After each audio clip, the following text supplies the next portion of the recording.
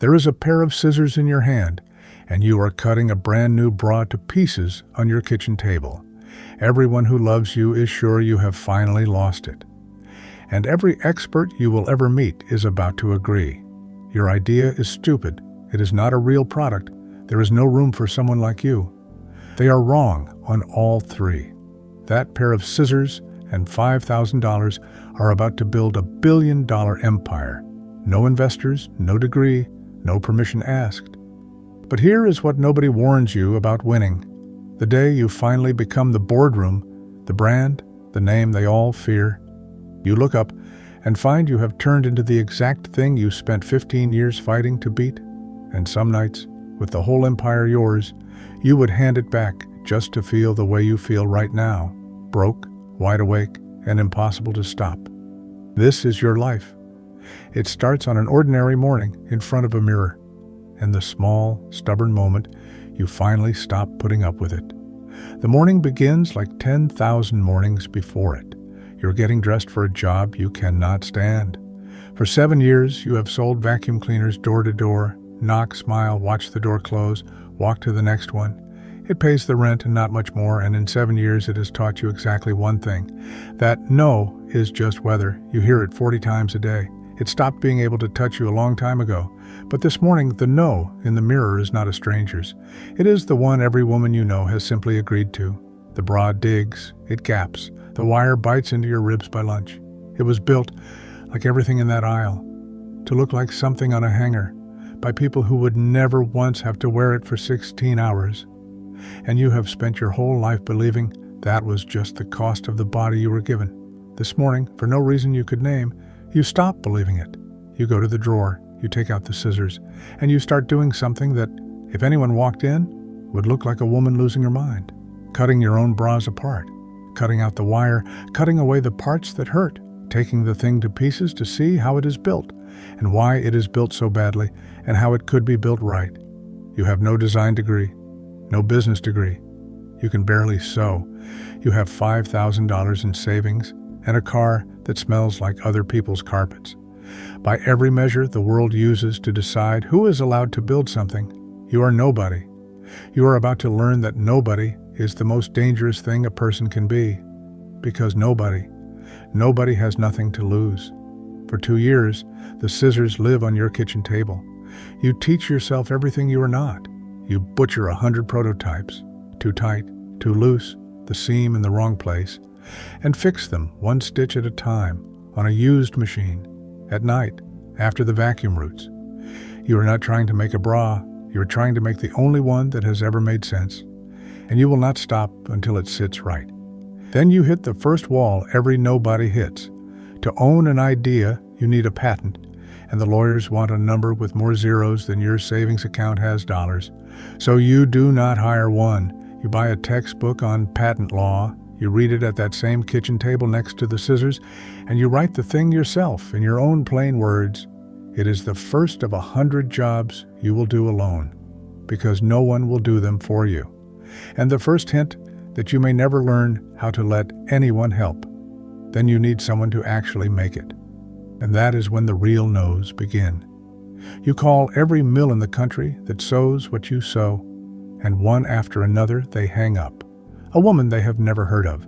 No orders, no label. A weird idea about comfort in a business built on the opposite. Your money starts running out. You keep calling. And on what you have quietly decided is the last call you can afford, one owner says yes. Not for you, but because the women on his own factory floor tried your sample and would not give it back. So you bet everything. Your whole $5,000 goes into the first run, a few thousand pieces of an idea no one has heard of, boxed up with your whole life inside them. No ad budget, no store. Just you, selling the only way you know how, the way you sold vacuums, one person at a time, the truth instead of a pitch. And then you wait to learn which you are, a founder or a woman with a garage full of bras nobody wanted. They come back and they bring their sisters. It works. And working is exactly what walks you to the edge of the cliff, because to go from a few thousand to the whole country, you need two things you do not have, the big store and the big money. So you go and ask for both. You sit in front of the investors, the people who turn a small brand into an empire, and they pass, politely. They do not wear what you make, they do not know anyone who does, and so the millions of women who do are simply not real to them. Women buy what they're given, one of them says. There's no market for comfortable. Every one of them says no, and because every one of them says no, you keep all of it, every share. You don't know it yet, but the doors slamming in your face are about to hand you the whole fortune instead of a sliver of it. There is one door left that matters, the biggest department store chain in the country. A buyer named Carol agrees to give you 10 minutes.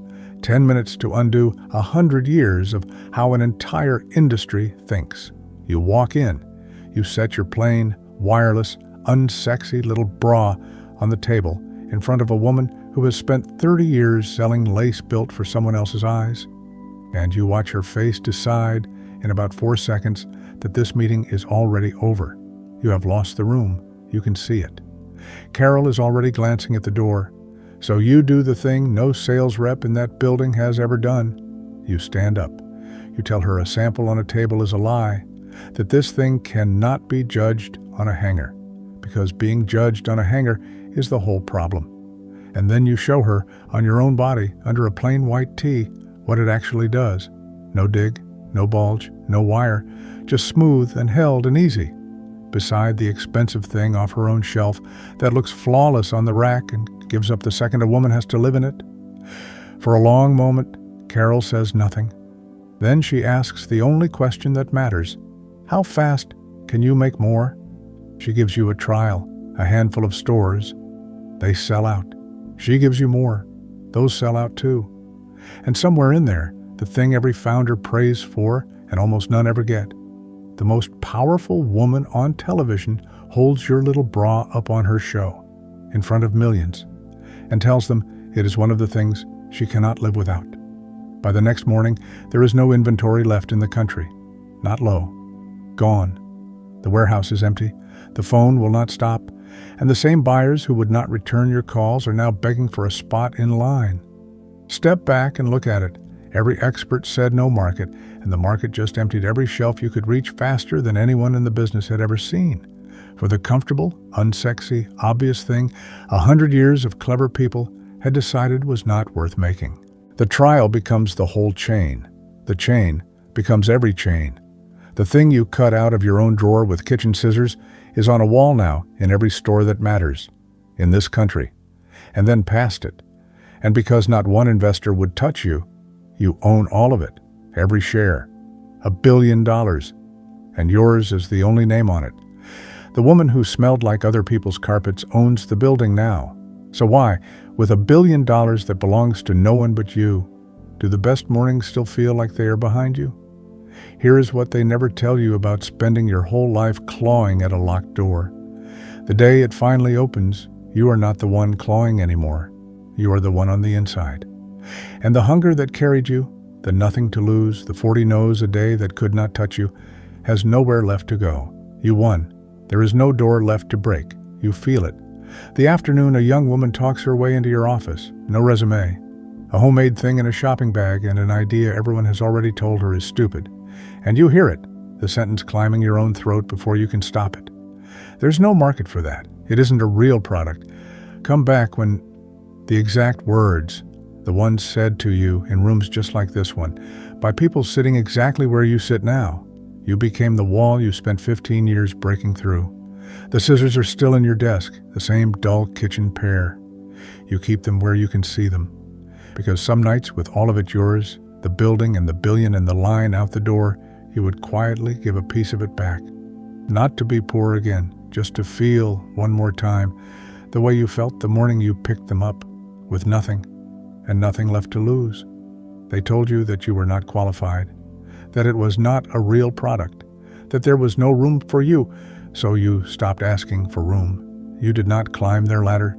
You built the thing they had to come and buy a place beside. That is the path, not the one that waits at the door to be let in, the one that hears no so many times.